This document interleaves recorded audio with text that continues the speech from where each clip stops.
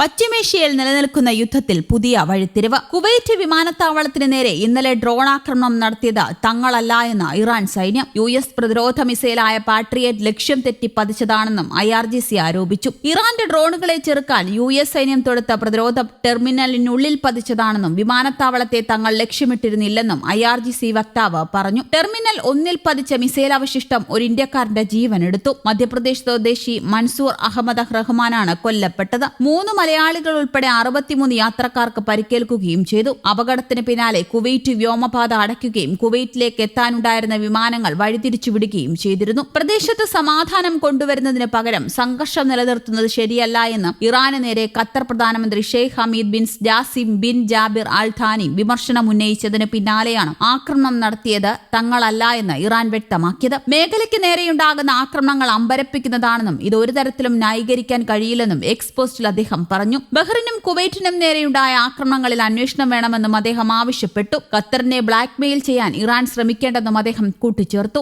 വിമാനത്താവളത്തിന് നേരെ ആക്രമണം ഉണ്ടായതിനു പിന്നാലെ ഇറാന്റെ നയതന്ത്ര പ്രതിനിധികളോട് രാജ്യം വിടണമെന്നും കുവൈറ്റ് ആവശ്യപ്പെട്ടിരുന്നു. അതേസമയം വിമാനത്താവളത്തിൽ പതിച്ചത് അമേരിക്കയുടെ പാട്രിയറ്റ് മിസൈൽ തന്നെയാണെന്ന ഇറാന്റെ വാദം US സെൻകോം തള്ളി. സിവിലിയൻ വിമാനത്താവളത്തിന് നേരെ ഇറാൻ നടത്തിയ ആക്രമണം ന്യായീകരിക്കാൻ കഴിയില്ലെന്നും ഇറാന്റെ വാദം തെറ്റാണെന്നും സെൻകോം സമൂഹ മാധ്യമത്തിൽ വ്യക്തമാക്കി. കരുതിക്കൂട്ടി നടത്തിയ ആക്രമണം തന്നെയാണ് ഇന്നലെ ഉണ്ടായത് എന്നും എക്സ് പോസ്റ്റിൽ സെൻകോം കുറിച്ചു. രാജ്യാന്തര നിയമങ്ങൾ അനുസരിച്ച് ഇറാനെതിരെ തിരിച്ചടിക്കാൻ കുവൈറ്റിന് പൂർണ്ണ അവകാശമുണ്ടെന്നും രാജ്യത്തിന്റെ പരമാധികാരത്തിനും ജനങ്ങളുടെ സുരക്ഷയ്ക്കും നേരെയുണ്ടാകുന്ന ഏത് ആക്രമണവും ചെറുക്കുമെന്നുമായിരുന്നു കുവൈറ്റിന്റെ പ്രതികരണം. നിലവിലെ ഇറാന്റെ വെളിപ്പെടുത്തലിനോട് കുവൈറ്റ് ഇതുവരെ പ്രതികരിച്ചിട്ടില്ല. നേരത്തെ യുദ്ധം സജീവമായിരുന്നപ്പോൾ ബഹ്റിന് നേരെ ഇറാന്റെ ആക്രമണം ഉണ്ടായെന്ന് ആദ്യം വാർത്ത വരികയും ഇറാൻ അക്കാര്യം നിഷേധിക്കുകയും ചെയ്തിരുന്നു. പിന്നീട് ബഹ്റിനിൽ പതിച്ചത് അമേരിക്കയുടെ പാട്രിയറ്റ് മിസൈൽ ആയിരുന്നുവെന്ന് തെളിയിക്കുകയും ചെയ്തിരുന്നു. എന്നാൽ അതിനിടെ അന്താരാഷ്ട്ര വിമാനത്താവളത്തിന് നേരെ ഇറാൻ നടത്തിയ മിസൈൽ ഡ്രോൺ ആക്രമണങ്ങൾക്ക് പിന്നാലെ നയതന്ത്ര നടപടികൾ കടുപ്പിച്ച് കുവൈറ്റ് ഭരണകൂടം. കുവൈറ്റിലെ ഇറാൻ എംബസിയിലെ 2 ഉന്നത നയതന്ത്ര ഉദ്യോഗസ്ഥരെയാണ് രാജ്യം ഔദ്യോഗികമായി പുറത്താക്കിയത്. ഇരുവരോടും 24 മണിക്കൂറിനകം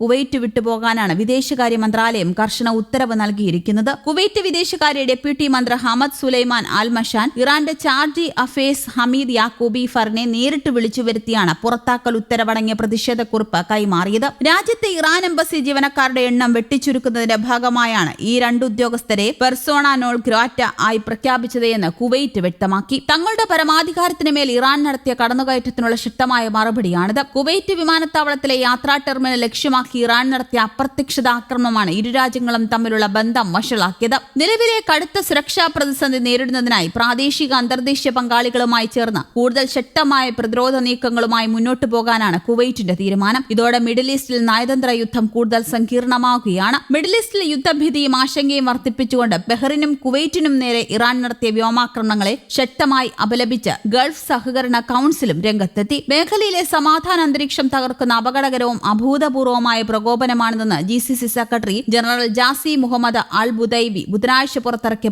ഔദ്യോഗിക പ്രസ്താവനയിൽ പറഞ്ഞു. ഇറാൻ US സംഘർഷങ്ങളും തന്ത്രപ്രധാനമായ ഹോർമുസ് കടലിടുക്കിലെ പ്രതിസന്ധികളും നിലനിൽക്കുന്ന പശ്ചാത്തലത്തിലാണ് ഗൾഫ് മേഖലയെ ഞെട്ടിച്ചുകൊണ്ട് ഈ പുതിയ ആക്രമണങ്ങൾ ഉണ്ടായിരിക്കുന്നത്. തീർത്തും അപലപനീയമായ രീതിയിലാണ് ഇറാന്റെ ഭാഗത്തു നിന്നും ആക്രമണം ഉണ്ടായത് എന്നായിരുന്നു GCCയുടെ വിമർശനം. സാധാരണക്കാരായ ജനങ്ങൾ താമസിക്കുന്ന ഇടങ്ങൾ, അടിസ്ഥാന സൗകര്യങ്ങൾ, തന്ത്രപ്രധാനമായ സർക്കാർ സുരക്ഷാ കേന്ദ്രങ്ങൾ, വിവിധ വിദേശ നയതന്ത്ര മിഷനുകൾ സ്ഥിതി ചെയ്യുന്ന ഇടങ്ങൾ എന്നിവയെ ലക്ഷ്യമിട്ടായിരുന്നു ഇറാന്റെ നീക്കമെന്നും GCC ആരോപിച്ചു. അതിനിടെ മേഖലയിൽ കൂടുതൽ സംഘർഷങ്ങൾ ഒഴിവാക്കാനുള്ള നയതന്ത്ര നീക്കങ്ങളും ഇതോടൊപ്പം സജീവമായിട്ടുണ്ട്. News desk Kerala Kaumudi.